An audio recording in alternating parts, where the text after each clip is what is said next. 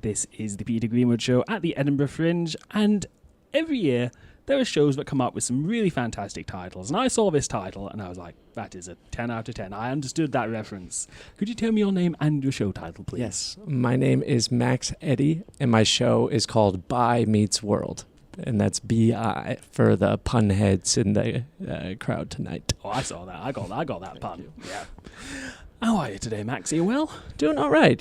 Just completed officially the first week of shows. So started last Wednesday. We're running Wednesday back. So a little tired, but we're out. We're flyering. We're writing. We're rewriting. It feels good. It feels like this is an amazing artistic bubble to it feels like comedy boot camp is how I'd say. Just every single day I get to tweak things, figure out like what worked yesterday, what didn't work, maybe because it was an older crowd or maybe a crowd of locals versus what I'm like, oh, I should just adjust anyways. And it's very, very interesting.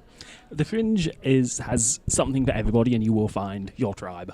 Truly. And it seems like we're finding at least a couple in that tribe every night, which is nice. Yeah, there's been a nice contingent of Americans coming to the shows as well, just folks coming through. And it's nice to know that they will understand my reference to hating Peter Thiel no matter what. Yeah, I get that reference. Yeah. Cheers. Thank you. Well, you're cultured, Peter. I don't know what else to tell you. I read something called the news. And bless your heart. It's difficult, but might I recommend not doing that? But just medically speaking, yes. It's good for the soul, bad for the body. Oh, absolutely. See, what it is I used to do a daily drive time show, and I had to keep up with the news. I tried to keep it comedy, tried to keep it light, Fair. but then President Fuckwit got into office the first time around. Yeah. And I was like, I can't keep this entirely comedy, and it's just habit now. And it is a good habit. To be informed is an excellent thing, but there are costs, and one of the ways to mitigate those costs for me is to make it funny. And to write comedy. Exactly. Speaking of which, tell us about Bi Meets World. Yeah, so it's a lot of things. It's my first Fringe style show. It's my first hour that feels like thematically cohesive and where I'm doing a narrative, but thematically it's about my coming of age as a bisexual man and realizing and confronting the tension between those two identities, bisexual and man. Because as I was growing up, first of all, I didn't even know that someone could be bisexual. I thought you had to pick one. And I'll tell you, a lot of people still think that. But also, even after I came out, there were a lot of issues I had with internalized homophobia that I didn't think I had to deal with because I came out. I felt like that was the end of the journey when it was very much the start. So the show is about me dealing with that need to feel masculine despite this queerness. And the way it manifested for me is it gave me a pretty severe Napoleonic complex. So I found myself getting into a lot of tiffs growing up.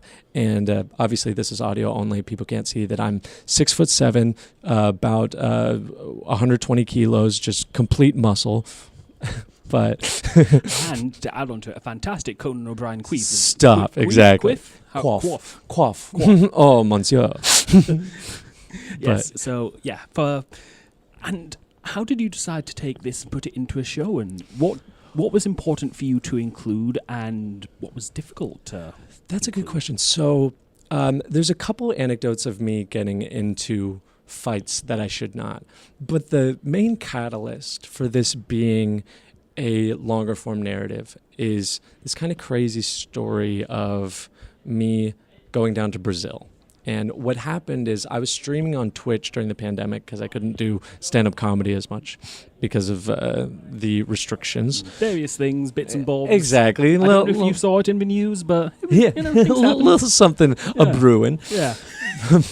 But I was streaming on Twitch, and I had this community I very much liked, and I actually met a girl via Twitch, a Brazilian girl, and she was lovely, and we started talking, and it was COVID time, so we kind of became romantically intertwined. And I went down to visit her. And it was a lovely time. She was totally real.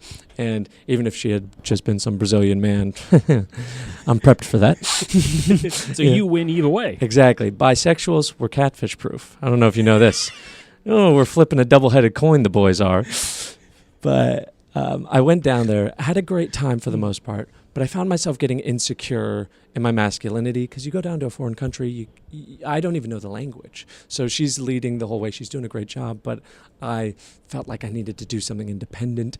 And my activity du jour for independence was to buy a joint on the beach in Rio de Janeiro that happened to contain a Brazilian strain of marijuana called PCP.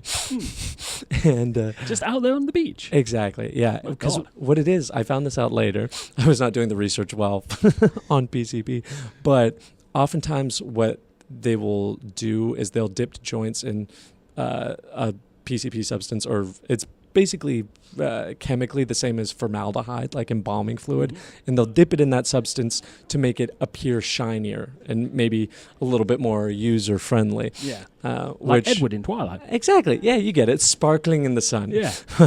This is the skin of a killer. Exactly. You understand, Peter.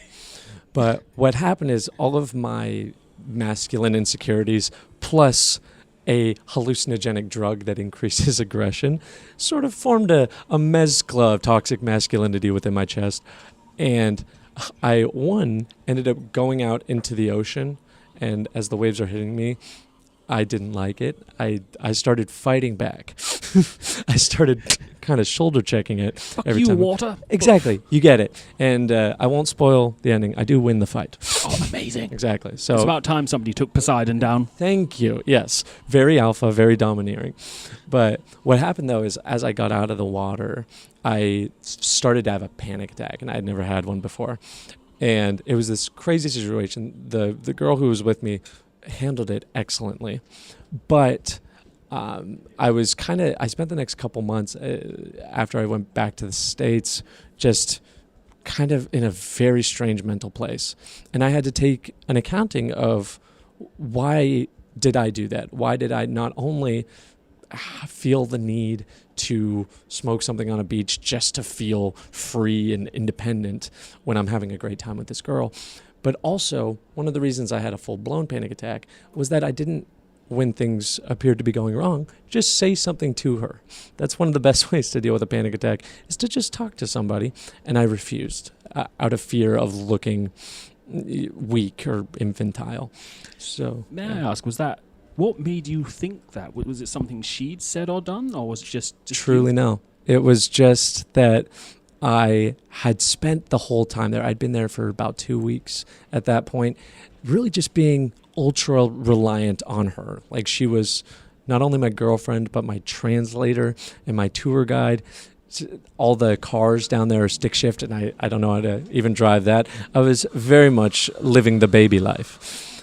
And I think it just kind of bore out that way. And because I had got myself into the situation, I didn't tell her I had gotten this joint. So I'm like, I can't tell her now. I got to keep doubling down and dealing with it. And as it turns out, you can fight the ocean. You cannot fight panic. Yeah, like the ocean will come, the ocean will go. It's called the tides, but panic, that's for life. Exactly. It stays right in here. Yep. It does not ebb. So yeah, it was such a crazy situation, and I think it was related thematically to other stuff I had talked about in my stand-up. Like, some of my favorite jokes earlier on were just talking about being an alpha male, even though I'm very much a slender, as you mentioned, Conan O'Brien looking boy. Like, with all respect, by the way, no, I love of course. Conan. I worship at the idol. He's the best. Of Conan. Honestly, I've had the genuine thought of like, if I am a doppelganger for one of the greats, should I just do something else?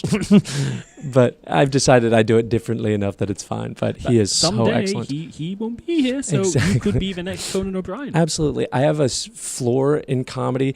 as a Conan O'Brien impersonator. Like, I'd love to do my own thing. That's the dream. Yeah. But if I can make $80,000 a year just doing exactly what he did, that would pay the bills. Although it does mean you have to come on after Jay Leno. Exactly. Yeah. But maybe I can find a Jay Leno impersonator and fight him to the death. I think that could be compelling content. I would come to LA and film that. Exactly. But yeah, so that was the catalyst for the show, is just having this crazy story and truly realizing that I had a lot of stuff with my queerness and my masculinity that I had not unpacked. And also in parallel, I'm seeing a lot of stuff in the news about boys being told by these alpha male influencers what it means to be a man. And in a way that I think you'd agree is pretty regressive and just dumb. So I professionally would call it pure fuckwittery. Exactly, absolutely, could not agree more. And you can use that as a medical term as well. I'm afraid he's got fuckwittery. Yeah, I'm reading your chart. Stage 3. Stage 3 fuckwittery. So I think just realizing that what those guys are trying to do to young boys, I had been doing to myself for decades, just in terms of trying to make myself fit the mold of what it means to be a man in sort of this cartoonish way of trying to dominate or trying to express anger and strength through that anger, when it's like, dude, no one cares, man. Just if you have to decide what it means to be a man for yourself. And I think there are way better definitions than what Clavicular or Andrew Tate have to offer. Isn't it beautiful he's in jail now? Oh my God, dude. When I saw it again, didn't he get arrested in like a blouse too? Yes, some kind of like low cut V Exactly. shirt. It's like, yes. Okay. I was thinking, how funny would it be if he finally got arrested for the last time, but he was starting to question his masculinity. Yeah. He's like, actually, you can wear whatever you want as a man. Okay, if I want to wear a dress, like if he just got arrested holding a parasol, just like, be yourself. Like full Mary Poppins. It's a lovely holiday in prison. Exactly. That'd be awesome. So when you came to putting the show together, what was that experience like? It has been... It's hard to answer that because I feel like the show is still evolving, because I performed it a total of like 15-ish times for American audiences, just as previews, but changing a lot of stuff along the way. And I get here, and of course, I've never even been to the UK before. I've never even been to Europe before. So there's maybe references I thought would be robust to these audiences that maybe they're not getting. I thought truly that everybody knew what PCP was. Oh, okay. And if you don't know what PCP is out there, congratulations on going to a good elementary school. I love that. Clearly nothing wrong with your parents. Exactly. So I think that's been the biggest challenge of developing the hour here, is trying to find the way to balance giving folks context that they need to understand the jokes, and also making sure the jokes themselves are rapid fire, tightly written. Zippity-doo. Zippity-doo. I didn't know you were a technician. Again, it's one of those medical things. Exactly. Zippity-doo. So yeah, I think once I sort of figured out what bits I wanted to do in the hour that both made the most sense and were making me laugh, it kind of developed a nice, clean 3-act structure of sorts. The first 2 acts kind of take 15 minutes a pop, and then the last is another 30 or so. And thankfully it's mostly based around a couple of stories too. So I know that folks in the UK generally like a little bit of a tale rather than those little American jokes. And, we do like a story that leads to an ending. Exactly. Yeah. And I love that too. I think one of the main reasons I wanted to come to the Fringe and truly develop this hour is American comedy. Of course, this is painting with a broad brush, but a lot of it is more oriented toward the shorter form stuff, especially fledgling comedians like myself. There's a lot of people who are making their way, working on it, ascending.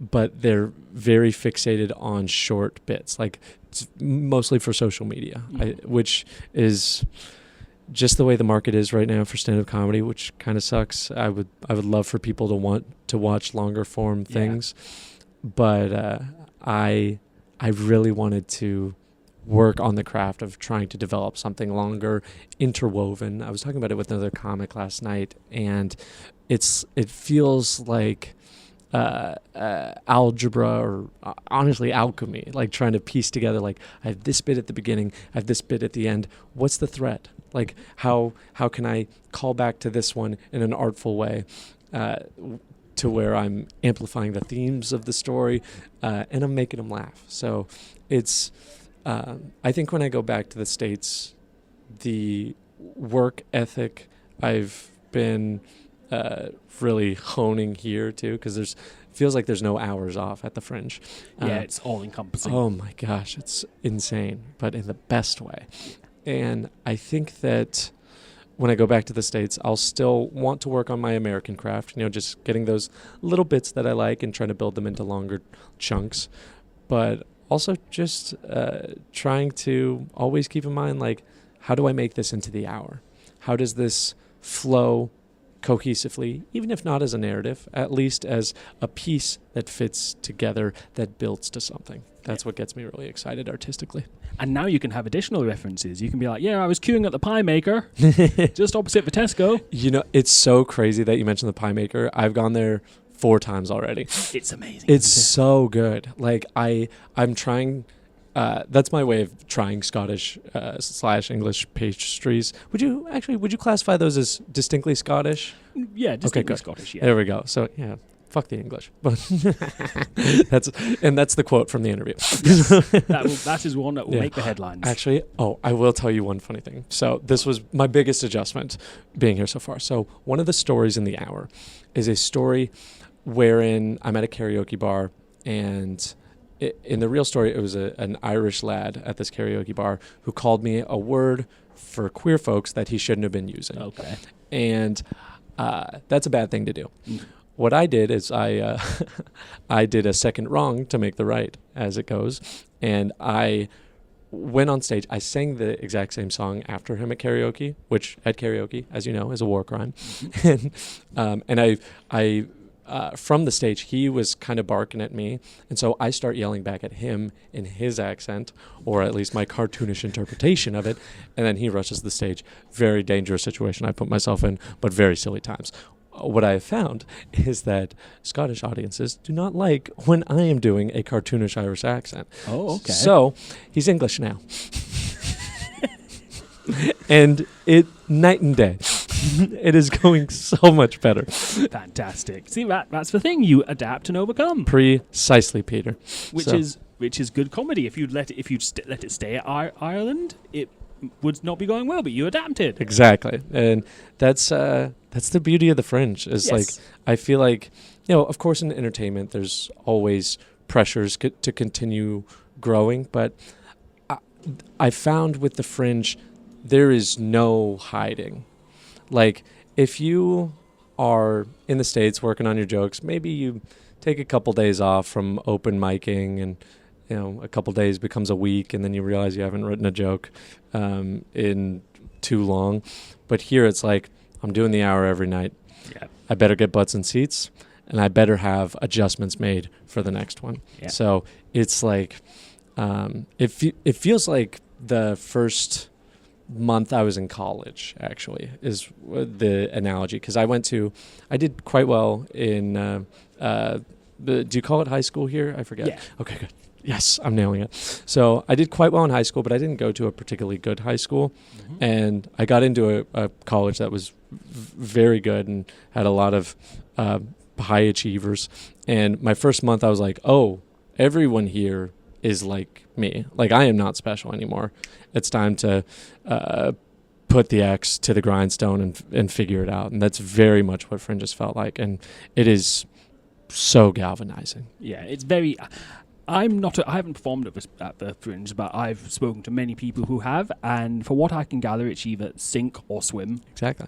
And everyone comes here wanting to swim, which is amazing. Like, nobody I mean, I'm sure people have been like, okay, this is not for me, I'm bailing, but most people seem to be like, okay, this is a challenge, I am going to rise to it. Exactly. And it's amazing to see too. What I've also realized is the kinship in the green room at my venue is so, it's what's keeping me alive this week. Like I didn't realize that like the green room at my venue, I'm at Patterhouse, and it's shared between 3 different rooms upstairs. So like the folks who have the show right before me in one of the other rooms and the show right after me in one of the other rooms, like we're just, shooting the shit every day. And we're like, yesterday, the performer who's right after me in my room has a show called Nun Slut. It's excellent. I've seen that poster. Oh, dude. I want to talk to them. And I love Claire. She's been so fun to talk to in the green room, and she was like so tired yesterday, and I gave her the pep talk. The day before that, I was the one tired. She gave me the pep talk. It's like performers understanding the assignment and knowing that there are going to be highs and lows, and some people have the lows, and maybe you're having a high that day. You can kind of cancel out their low with it. It's like, it's art. It's coming together. It's working together. It's awesome.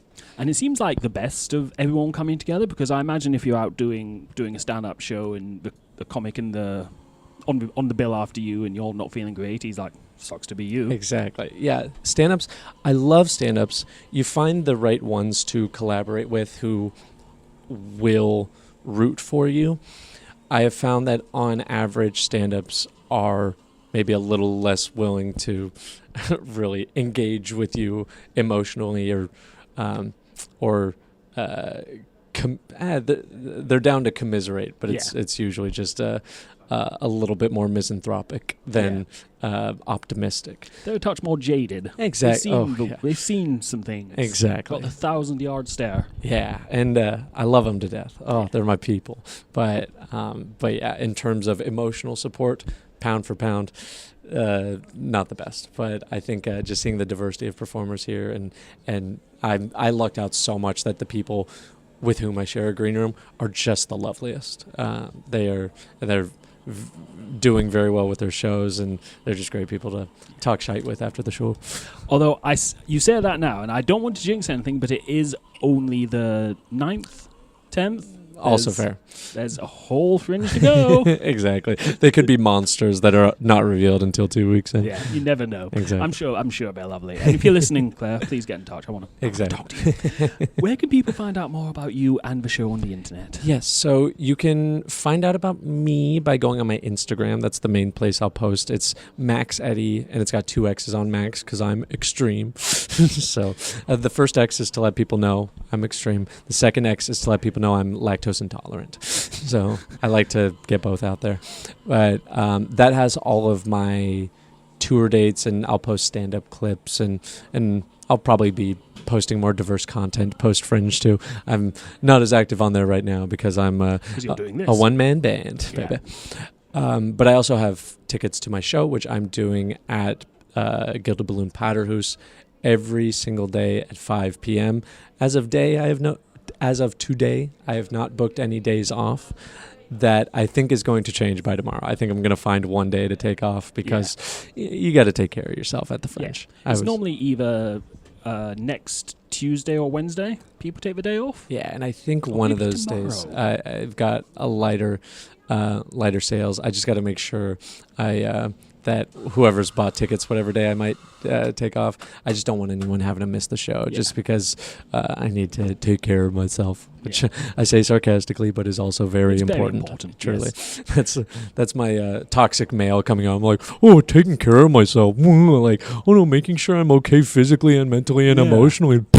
Who wants to drink water and eat something that isn't deep fried? No. Get to sleep 9 o'clock at night. Exactly. Max, it's been such a joy to talk to you. You too, Peter. Thank you so much for having me. Cheers. Good luck with the show. Appreciate you, baby.